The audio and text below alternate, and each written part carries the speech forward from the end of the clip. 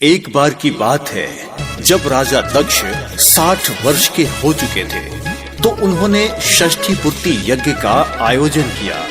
इस यज्ञ में राजा दक्ष प्रजापति ने भगवान शिव और माता गौरी को छोड़कर सभी देवताओं को आमंत्रित किया।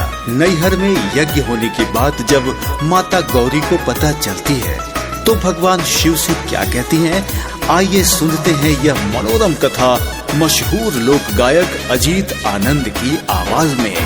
पूछेली गौरा देई महादेव से सुनी, ए महादेव सुनी, ए महादेव हे मोरा नई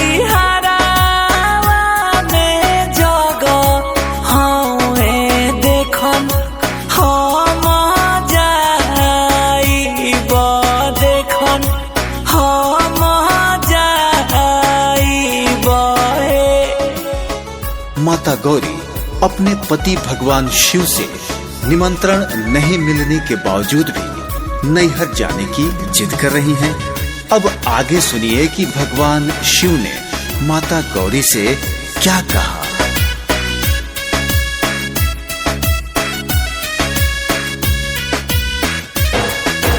इतना वचन सुनी कहे नीमा देव सुनाए गौरा देहि सुननो हो,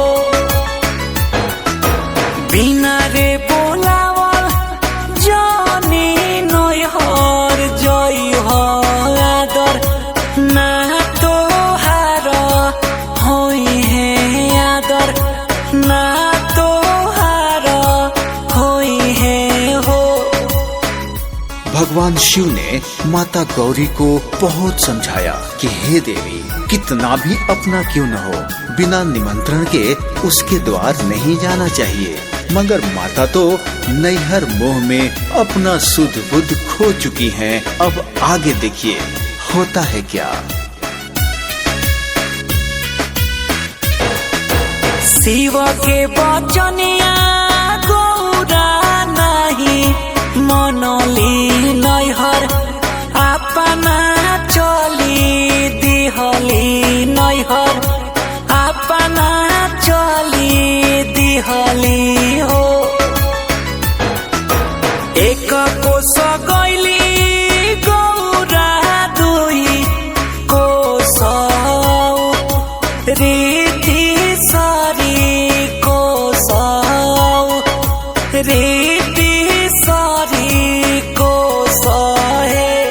माता गौरी ने भगवान शिव की बातों को नजरअंदाज करते हुए नैहर तो पहुंच गई हैं, मगर वहां उनके साथ क्या होता है, आइए आगे सुनते हैं।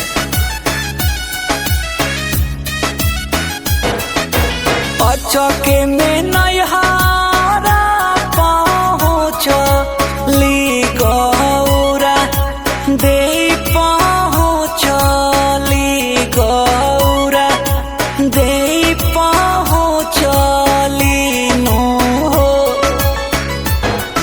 नहीं चिन्हे माई बाबू भैया भौजी नहीं गौआ जावर के लोग नहीं गौआ जावर के लोग है। जब अपने पिता राजा दक्ष से माता गौरी ने अपने अपमान का कारण पूछा तो राजा दक्ष प्रजापति ने कहा, मैंने तुझे उसी दिन त्याग दिया था जिस दिन तूने मेरी इच्छा के विरुद्ध उस अभद्र अशिष्ट और अरभंगी शिव से विवाह किया था। अब मेरा तुम्हारा कोई नाता नहीं, कोई नाता नहीं।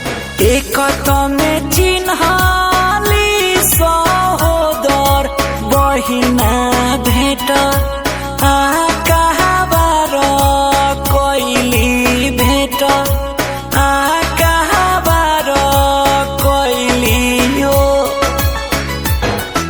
शिव के ही नाई राजा दक्ष कोइले देखी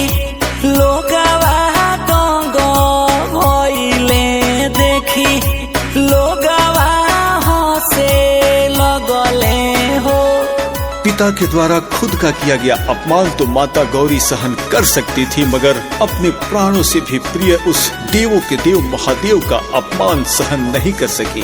क्रोध से लाल हुआ चेहरा किसी अनहोनी को आमंत्रित कर रही थी। सुनिए आगे क्या हुआ।